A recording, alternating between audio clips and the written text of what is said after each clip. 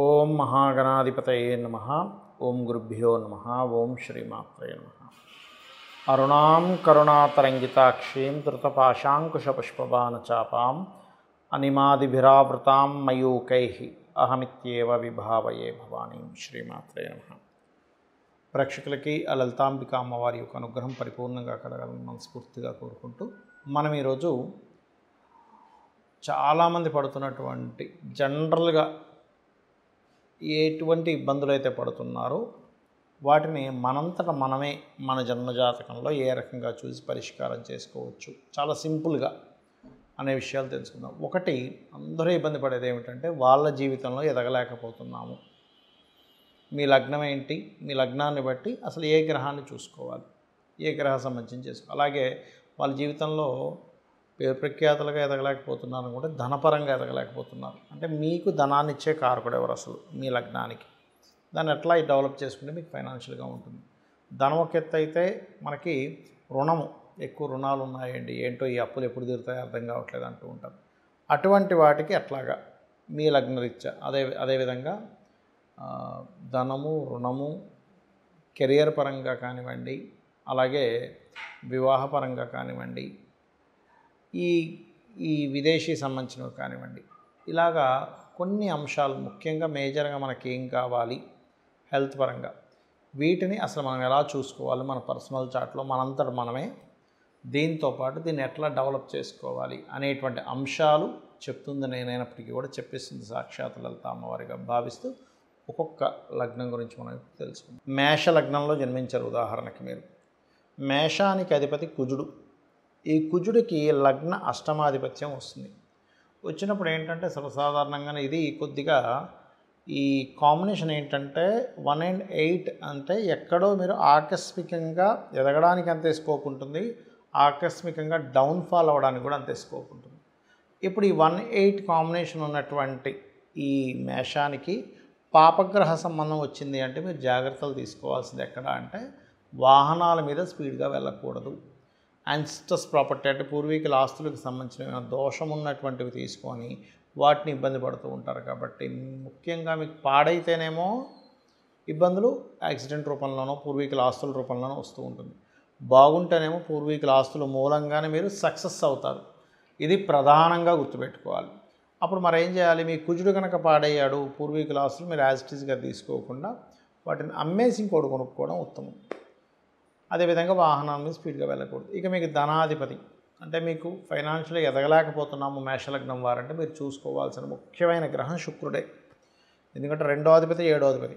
ఇక్కడ శుక్రుడు బాగున్నాడా వివాహం తర్వాత అద్భుతంగా కలిసి వస్తుంది. శుక్రుడు బాగోలేడా మీరు పాపం ఎన్ని ట్రయల్స్ చేస్తున్నా ఇబ్బంది అప్పుడు ఏం చేయాలి, శుక్రుడు ఏ గ్రహాల ద్వారా బ్లాక్ అయ్యాడో చూసుకోవాలి. అంటే శుక్రుడు ప్రధానంగా మీకు కేతువు ద్వారా బ్లాక్ అవుతాడు ఎనీ లగ్న.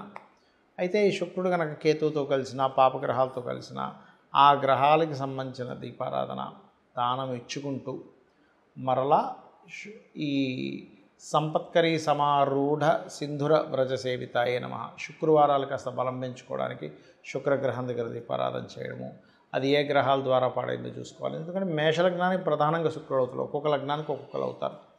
అదేవిధంగా ఏమంటే హెల్త్ పరంగా బాగా ఇబ్బంది పడుతున్నామంటూ ఉంటారు మేషంలో పుట్టి. అలాంటప్పుడు ఏంటంటే కన్యారాశిలో కానీ మిథున రాశిలో కానీ ఏదైనా పాపగ్రహాలు ఉన్నాయా, అదేవిధంగా 4వ అధిపతి ఎలా ఉన్నాడు, పంచమాధిపతి అంటే రవి ఎలా ఉన్నాడు, చంద్రుడు ఎలా ఉన్నాడు, బుధుడు ఎలా ఉన్నాడు, అవి స్ట్రాంగ్గా ఉన్నాయో వీక్గా ఉన్నాయో దీన్ని బట్టి మీకు అనారోగ్యం అనేటువంటిది మీకు ఆ పీరియడ్లోని ఆ మహాదశలు అంతర్దశల్లోని లేనట్లయితే ఆ గోచారం వచ్చినప్పుడు ఎఫెక్ట్ చూపిస్తూ ఉంటుంది. అలాంటప్పుడు మీరు సింపుల్గా ఎప్పుడు మీకు అనారోగ్యం వచ్చినా కన్యా మిథున రాశుల్లో ఉండే గ్రహాలకు సంబంధించిన దానము లేదా బుధ రవి చంద్ర అంటే బియ్యము గోధుమలు పెసలు ఇచ్చినట్లయితే కూడా మీకు అనారోగ్య సమస్యలు తగ్గుతాయి. ఈ రకంగా వివాహం అవ్వట్లేదన్నా శుక్రుడు బలం చూసుకోండి. ఇన్వెస్ట్మెంట్స్ లేకపోతే విదేశాలకు వెళ్ళలేకపోతున్నాము అప్పుడు గురు బలం చూసుకోవాలి, గురువు ఎలా ఉన్నాడు. లేదు కొంతమందికి యోగం ఉంటుంది కానీ స్వల్పంగా ఉంటుంది విదేశాలకు వెళ్ళడానికి, అలాంటప్పుడు మీరు హనుమాన్ చాలీసా చేసుకున్నట్లయితే అన్ని విధాల మీకు బాగుంటుంది. మనం ప్రధానంగా జ్యోతిష్శాస్త్రంలో అర్థం చేసుకోవాల్సినటువంటి 2 విషయాలు ఉంటాయి పర్టికులర్గా. ఒకటి గోచారము, రెండవది జన్మజాతకము. గోచారం అనేటువంటిది ఎలా పనిచేస్తుంది, అందరూ ఏమనుకుంటారు ఓన్లీ గోచారం వల్లేనేమో అందుకే ఈ వార ఫలితాలు మాస ఫలితాలు, పక్ష ఫలితాలని, సంవత్సర ఫలితాలని చూస్తూ ఉంటారు. కానీ గోచారం ఒక 10-15% మాత్రమే మీకు సపోర్ట్ లేదా అపోజ్ చేస్తుందా అనేటువంటి ఒక విషయాన్ని చెప్తూ ఉంటుంది. కానీ మీ పర్సనల్ చార్ట్ ఏం చేస్తుందంటే మీరు పూర్వజన్మల్లో చేసినటువంటి పుణ్యాన్ని, పూర్వజన్మలో తెలుసో తెలియకో చేసినటువంటి కొన్ని బ్యాడ్ కర్మాస్ని రిజల్ట్ ఇస్తూ ఉంటుంది. అయితే ఇక్కడ ఒక చిన్న విషయం ఏంటంటే చాలామంది ఏమనుకుంటారంటే ఇగో నన్ను దేవుడు పరీక్షిస్తున్నాడు, అసలు ఇవ్వట్లేదు, భగవంతుడు ఇవ్వట్లేదు, భగవంతుడు ఇన్ని కష్టాలు పెడుతున్నాను అనుకుంటా. అస్సలు భగవంతుడికి మీరు స్వయంగా చేసే కర్మకి సంబంధం లేదు. ఎలా అంటే ఒక హెడ్ మాస్టర్ ఉన్నాడు ఒక కాలేజ్కి. ఆ కాలేజీలో ఉండేటువంటి హెడ్ మాస్టరు మీరు రాసే ఎగ్జామ్కి సంబంధం లేదు. ఆయన మీరు రాసే ఎగ్జామ్ వల్ల మీకు మార్క్స్ వస్తాయి. ఎలా అయితే ఎగ్జామ్ రాసామో, ఎలా అయితే పార్టిసిపేట్ చేసామో, ఒక రన్నింగ్ రేస్ ఉంటుంది, పరిగెట్టేవాడు దాన్ని బట్టి వాడు గెలుస్తాడు. అంతేగాని అక్కడ చూసేవాడు లేకపోతే ఆ స్కూల్ హెడ్ మాస్టర్ మిమ్మల్ని ఏమి పరిగెట్టిన కూడా ఆపడు కదా. సో ఏంటంటే ఇక్కడ మన కర్మలే ఈ రూపంలో వస్తున్నాయి అనే విషయాన్ని ఫస్ట్ గుర్తుపెట్టుకోవాలి.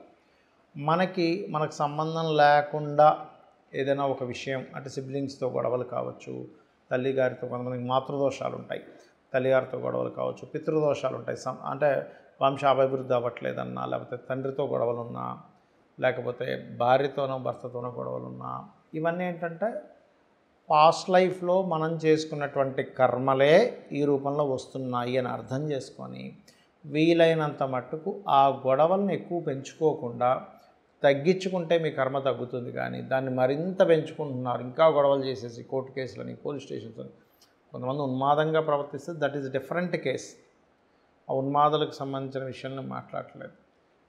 మరి చిన్న చిన్న విషయాలుగా మీరు రెచ్చిపోయి అవతల వాళ్ళు అన్నదమ్ములతో కావచ్చు, తల్లిగారితో కావచ్చు, తండ్రి గారితో కావచ్చు, ఇవన్నీ ఏం చేస్తాయంటే ఆల్రెడీ పాస్ట్ లైఫ్లో చేసుకున్న కర్మ వల్లే తల్లితో పడట్లేదు, భార్యతో పడట్లేదు.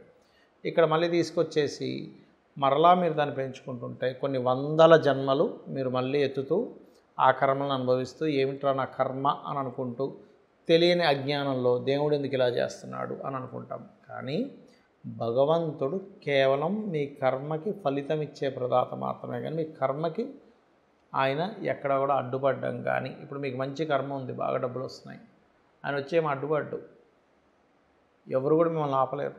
కానీ ఇక్కడ మనం అర్థం చేసుకోవాల్సింది ఏంటంటే ఫైన్, నేను పాస్ట్ లైఫ్లో చేసిన కర్మ ఇది కాబట్టి ఇలా అనుభవిస్తున్నాను కాబట్టి మొట్టమొదటిగా భగవంతుడి పాదాలు పట్టుకొని నేను పూర్వజన్మలో ఏదో తప్పు చేసి ఉంటాను, అందుకే నాకు హెల్త్ ఇష్యూ వచ్చింది, లేకపోతే అందుకే నాకు ఈ అన్నదమ్ములతో పడట్లేదు, అందుకే నేను సంపాదించలేకపోతున్నాను, సరైన భార్య భర్త రాలేదు, లేదా వివాహం అవ్వట్లేదు అని మనం అర్థం చేసుకోవాలి.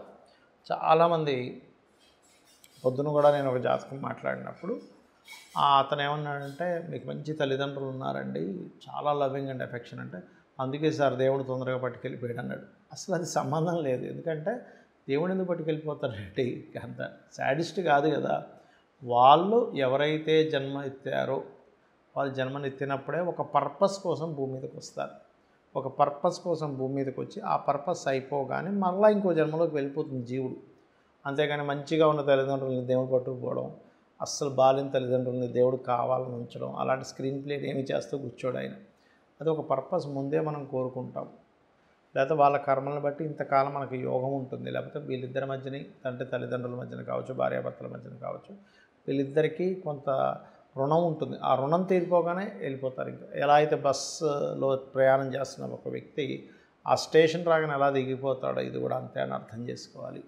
ఇక నేను చెప్పేది ఒకటే, మీకు ఎటువంటి ఇబ్బందులు ఉన్నా లలితా సహస్రనామాలు నిత్యము పఠించండి. నిత్యము మీరు కనుక లలితా సహస్రనామాలు పఠిస్తున్నట్లయితే దానికున్న గొప్ప విషయం ఏంటంటే అది ఎవరో రచించినవి కావు, వాటిని అపౌరుషములు అంటారు. అంటే వసిన్యాది వాగ్దేవతలు అని అమ్మవారిలో నుంచే తెల్లటి కిరణాలుగా బయటికి వచ్చి వాళ్ళు శ్రీచక్రంలో 7వ ఆవరణలో ఉంటారు. వాళ్ళనే వాళ్ళ యొక్క నామాలు స్మరిస్తే కూడా సర్వరోగహర చక్రము అంటారు. ఆ చక్రాన్ని 8 మంది, వసిని, కామేశ్వరి, విమల, జైని, ఇలా అరుణ, ఇలా 8 మంది ఉంటారు, సిద్ధేశ్వరి, ఇట్లా. అయితే ఇక్కడ ఏంటంటే ఈ నామాలు ఎవరైనా జపించినా అంటే వాళ్ళ ముందు ఓము తర్వాత నమః పెట్టి ఓం వసినీదేవి అయి నమః అని అనుకోని అలా చేసిన, ముందుగా ఓం కామేశ్వరి కామేశ్వర సహిత అని అనుకోని అలాగని చేసినట్లయితే కూడా మీకు ఎటువంటి రోగాలున్న తగ్గుతాయి. ఒకటి. రెండవది, నిత్యము ఉదయము సాయంత్రము లలితా సహస్రనామాలు వినడం కానీ చదవడం కానీ చేయండి.